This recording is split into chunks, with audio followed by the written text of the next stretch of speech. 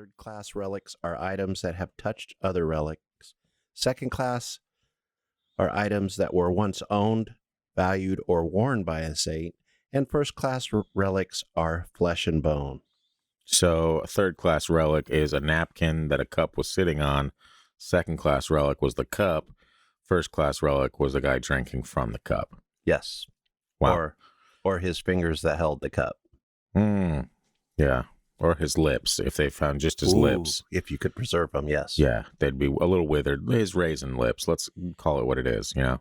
It's a type of lip I don't want to see. We've all seen old people, Christian. It's not that big of a deal. It's fine. Not that old. Yeah. That was an old person sound, for anyone wondering. We continue. Related, we have a story that I'm going to let Scott read. Thank you. It's The Legend of Grand St. Nicholas, published by the Society D. S. Augustin Desclée de Brouwer, and you know what, just a bunch of people in the early 1800s. Yeah, let's not even try to do all the French. Yeah. French is, for some reason, I can throw out a little bit of German every once in a while, but French, for me, is just wrong. It is just wrong, and I'm glad you can finally admit it. Yes. Our listeners have been saying it behind your back for years. That's fine. All right, so this is the legend of Grand St. Nicholas. Yes, 200 years ago. Yeah. It goes, you better not pout. You better not. I just read the lyrics of some song. It's fine. And another thing. This is a children's story. I just want to point that out, from the 1800s. So everyone, go ahead and gather your children around. Apparently, I've not read this story, but it feels like it's going to be really great. Yeah, perfect for children on Christmas. Perfect. And this, if you can't tell, feels like heavy sarcasm. Yes. So anyway, I digress. 3 young children went to gather grain in the fields. That evening, they came to a butcher's cottage. Butcher, may we stay with you? And so the butcher says, come in, young children. This is the right place for you. That feels creepy already. Yep. As soon as they came inside, the butcher murdered them. Well, turns out my intuition was right. Yes, again. He put them in a salting tub, cut in small pieces just like pork. St. Nicholas, after 7 years, to the cottage came. Butcher, would you like me to stay with you? Come in, St. Nicholas. This is the place for you. As soon as he came inside, Nicholas asked for supper. Would you like a piece of ham? I do not want ham. It is not good. Would you like a piece of veal? I do not want veal. It does not appeal. Okay, so is this a story about St. Nicholas, or is this a Dr. Seuss book you found like buried in the archive somewhere? That's exactly what I thought when Twisted I read that line. Dr. Seuss. This salting tub has what I want. 7 years it's been in this tub. When the butcher heard this out the door, he did run. Butcher, butcher, do not run. Repent, God will forgive you. St. Nicholas put 3 fingers on the edge of the salting tub. The first child said, I have been sleeping. The second child said, me too. And the third said, I have been to paradise. So only one of those children apparently was good, because he went to heaven. Right. And the other 2 kids could suck one, because they died and probably burning in all of eternity in the fire of damnation. Maybe, no, they were just asleep. Oh, sorry. Yeah, that too. That works. Hey, you can earmuffs, kids. Nothing. It's fine. Everything's fine. Yeah. Yeah, so anyway, what a strange story. That was pretty strange. Why would you tell kids that? What has changed in our society to where we're like, at one point, someone was reading this story to their children, and they're going, you know what?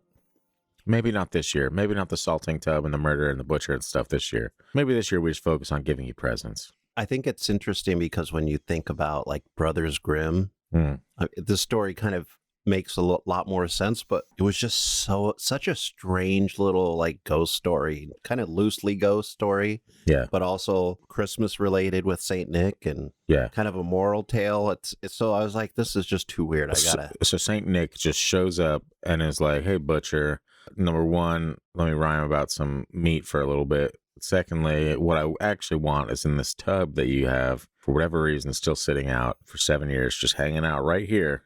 That's what I want. Salty. It's very salty. These children are, I mean, you heard what they said. I would have expected them to be a little bit more saltier, but. Yeah, well, number one, if the butcher got you, I'm just picturing Dexter, unfortunately, and that's not the image that I wanted associated with this, but I'm assuming if a butcher got you, he chopped you up into bits and pieces and not just, it's what placed you in a salting tub. No, he chopped them into bits and pieces and put them in the salting tub. So then Saint Nick with his 3 magic fingers made the body parts talk. Gross. Or the ghost. Actually, it was the ghost, is my feeling, is what was talking. So the kids didn't come back to life. I mean, it's very vague. Christian, I need answers, okay? If you're going to throw something like this in here, we got to close this case off. Explain it to me. How did this work? I mean, this is a very, I guess, a moral tale. Yes. Based on the religion. I would think you would understand what's going on here. Oh, I see. Yeah, because it's crazy, right? It's a crazy religious story. Scott must understand it. Yeah. It is crazy. That's why I have to throw this in there, because that is just too out there. Yeah. And it's not when you hear saint this, saint that, that's not the story I would have ever expected to come from a saint.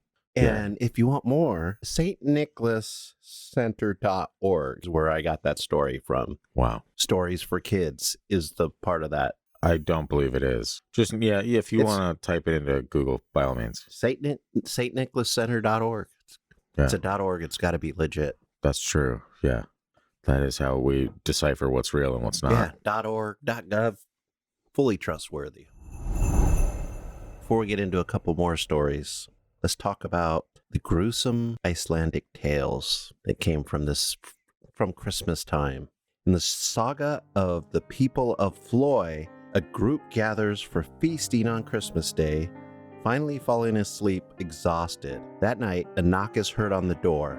One of the revelers rouses himself to answer it and steps outside and disappears. One by one, some half a dozen men are picked off, for it turns out that specters wait outside to drive them insane and to their deaths.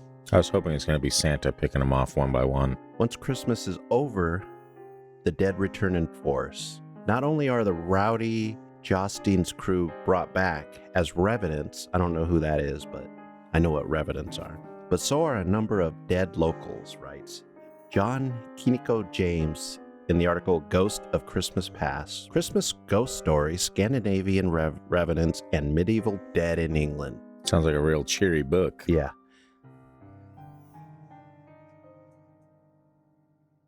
All right, let's get to some stories. Do you have anything to say? About Icelandic shit? Yeah. No. It's cold. Not usually. Okay. I love their music. Yeah, you would. Yeah. You certainly would. From Paulina T. I was playing hide and seek with other little kids from my mom's village of Satua, Western Samoa. I was quite young then, so I always followed my older cousin around. It was the middle of the night, and most of the kids were used to hiding anywhere in the dark. I wasn't used to it as I was only there for the Christmas holidays. I actually live in Australia. Since we were all hiding in the graveyard, we were able to find our way around in the light cast by the church. We hid in the shadows and waited for the boy who was it. We could hear him coming, so we kept quiet. The boy was pretty loud. We wondered what he was making a fuss about, so we went to see. He later told us he had walked into the church as he thought that his brother was hiding there. He saw a boy standing right at the front of the altar. He didn't know if it was his brother because the boy's back was turned. He ran up and tapped this boy on the shoulder. As soon as he did, the strange boy disappeared and our friend fainted. I read fainted as farted. Oh, that's so weird. That's what made it very funny for a brief moment there. Good. I'm glad you were laughing. Yeah. We went home to tell his parents. We got back to find him still lying there, dead still. His parents took him home and we never played in that graveyard at night again. We later found out the boy's brother had been home the whole time. He hadn't been to the church at all. What really scared us was the boy who fainted has been ill since that night and still hasn't recovered. Whoever was in the church must have been pretty mad that we kids disturbed him. First off, what's rule number 1? Never touch boys in the church. Oh, that probably is rule number 1. Maybe I was thinking rule number 2. Yeah. Rule number 2 is don't faint around I don't know. Okay, I'm way off. What? I was thinking don't play in the graveyard at night. Oh, yeah, that's not even a rule. That's just common knowledge. That's common sense. Yeah. So that's something these kids did not have. That's like a law of nature. Yeah. I've never understood churches that have graveyards either. That seems spooky.